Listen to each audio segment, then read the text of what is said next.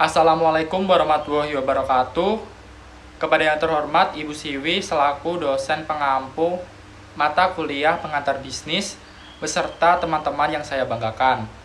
Di sini kami dari kelompok 2 pengantar bisnis akan mempresentasikan hasil diskusi kami mengenai studi kasus yaitu Project Report Give All T-shirt New Life. Sebelum kami mempresentasikan hasil dari diskusi kami, izinkan saya memperkenalkan anggota kelompok dari kelompok 2. Yang pertama dimulai dari saya sendiri, Muhammad Dafai Brawabdana dengan NIM 141211049. Kemudian ada Fiona Lim dengan NIM 141211047. Kemudian ada Rohmah Khairunisa dengan NIM 141211033. Kemudian ada Atika Nurhaliza dengan NIM 141211026. Kemudian ada Kansa Nur Maharani dengan NIM 141211016. Kemudian ada Aldi Faizar Mahardi dengan NIM 042111133193. Nah, yang selanjutnya langsung saja kita akan memasuki sesi pemaparan materi dari hasil yang sudah kita diskusikan sebelumnya. Dari pemaparan materi yang pertama akan dijelaskan oleh Fiona. Saat ini kita akan membahas mengenai Project Repot Give All T-shirt New Life. Gambar di samping ini adalah Rose Lord dan Nathan Rostein. Mereka ini adalah co-founder dari perusahaan yang dinamakan Project Repot. Dinamakan Project Repot karena perusahaan ini didedikasikan untuk repatriating atau memulangkan industri tekstil dan membantu para pekerja di Amerika untuk mendapatkan upah dari menjahit t-shirt ini. Mereka membangun perusahaan ini dengan ide bagaimana agar baju-baju bekas dapat digunakan kembali. Awalnya ide bisnis ini yaitu menggunakan baju yang masih bagus yang dibuang oleh para konsumen di Amerika, kemudian dijadikan sebagai aksesoris. Tetapi masukan dari konsumen yaitu untuk menciptakan sesuatu yang baru dari t-shirt yang ada dari konsumen sendiri sehingga barang ini mempunyai nilai nostalgia bagi konsumen tersebut. Nah, sehingga Project Repot ini mengubah dari yang awalnya memproduksi aksesoris menjadi memproduksi selimut yang terbuat dari gabungan t-shirt dari konsumen sendiri.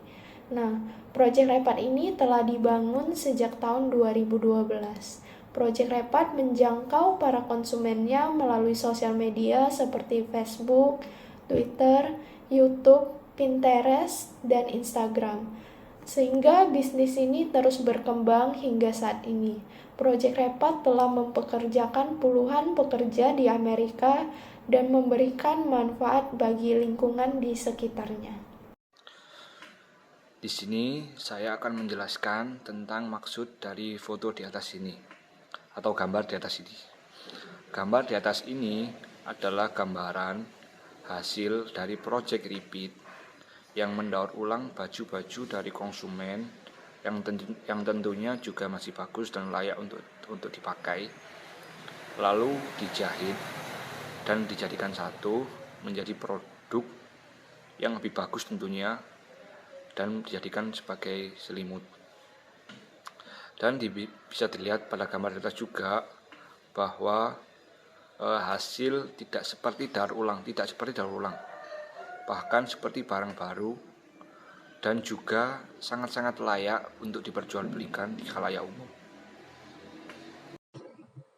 Oke teman-teman, di sini aku akan ngejelasin bagaimana sih cara ordernya gitu. Yang pertama, pelanggan mengunjungi website www.projectreport.com. Lalu, pelanggan memilih nih warna apa dan ukuran berapa yang kalian inginkan. Namun disesuaikan ya dengan berapa banyak baju yang ingin digunakan. Lalu, pelanggan memasukkan data pengiriman seperti alamat mana sih yang akan dikirimkan gitu. Lalu, pelanggan melakukan pembayaran. Setelah itu, Project Report mengkonfirmasi pesanan tersebut dengan mengirimkan email kepada kalian. Lalu, mengirimkannya nih ke perusahaan manufakturnya. Setelah itu, perusahaan memproses deh pesanan kalian. Project Repart didirikan sebagai regular corporation karena mencari pendanaan dari pemodal ventura dan angel investor. Namun, tim manajemen dari Roslor dan Nathan Rothstein sebagai pemegang saham utama lebih menyarankan Project Repart sebagai S Corporation atau LLC karena tagihan pajak akan sedikit lebih rendah. Dari permasalahan yang terjadi dapat disimpulkan 3 pertanyaan sebagai berikut. Yang pertama, mempertimbangkan manfaat pajak, mengapa investor tidak ingin Project Repart menjadi S Corporation. Yang kedua, salah satu pemilik saham utama Project Repart tidak lagi bergabung dengan perusahaan, meskipun ia mempertahankan kepemilikan saham kecil. Masalah apa yang mungkin terjadi jika Project Repart didirikan sebagai kemitraan daripada perusahaan? Lalu yang terakhir, bayangkan Anda seorang angel investor yang ingin berinvestasi di perusahaan-perusahaan baru. Pertanyaan apa yang Anda akan ajukan kepada tim manajemen di Project Repart sebelum membuat kesepakatan untuk berinvestasi di sana? Pertanyaan pertama, dengan mempertimbangkan keuntungan pajak, mengapa para investor tidak mau kalau Project Repart ini menjadi S Corporation? Nah, menjadi S Corporation dapat menjadi langkah yang efektif untuk menghindari pajak berganda. Meskipun dapat menghindari dikenakannya pajak berganda, para investor tidak ingin Project Repart menjadi S Corporation karena perusahaan ini harus memenuhi beberapa kriteria seperti yang pertama, tidak boleh ada lebih dari 100 kepemilikan saham. Kepemilikan saham hanya dibatasi untuk 100 orang saja.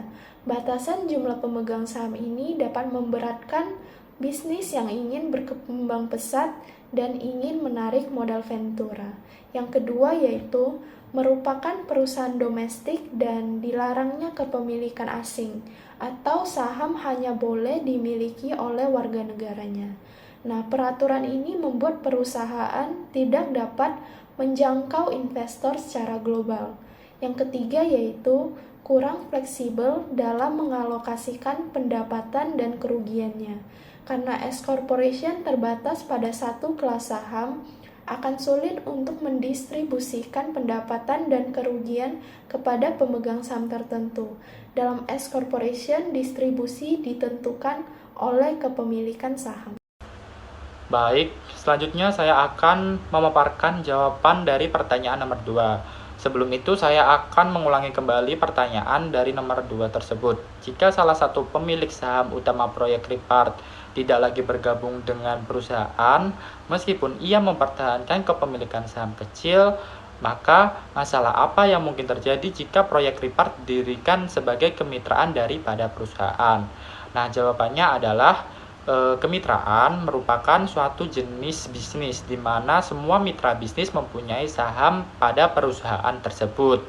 Nah, supaya bisa melakukan perubahan kepemilikan saham dari salah satu mitra, maka semua anggota mitra dari perusahaan tersebut harus setuju dan juga bisa dilakukan cara membeli saham dari salah satu mitra yang sudah keluar tersebut. Nah, apabila kedua cara tersebut tidak dilakukan atau tidak dijalankan, maka salah satu mitra yang keluar masih bisa memberikan suara ataupun saran dalam hal apapun yang dilakukan perusahaan ke depannya. Nah, pada sebuah perusahaan, pemegang saham memiliki perusahaan dan salah satu yang keluar tidak akan terlalu menjadi masalah karena meskipun ia masih bisa memberikan suara pada perusahaan, suaranya hanya akan menjadi salah satu dari banyaknya suara pemegang saham lainnya. Halo semua, perkenalkan nama saya Kansa Maharani. Di sini saya akan membahas mengenai studi case nomor 3.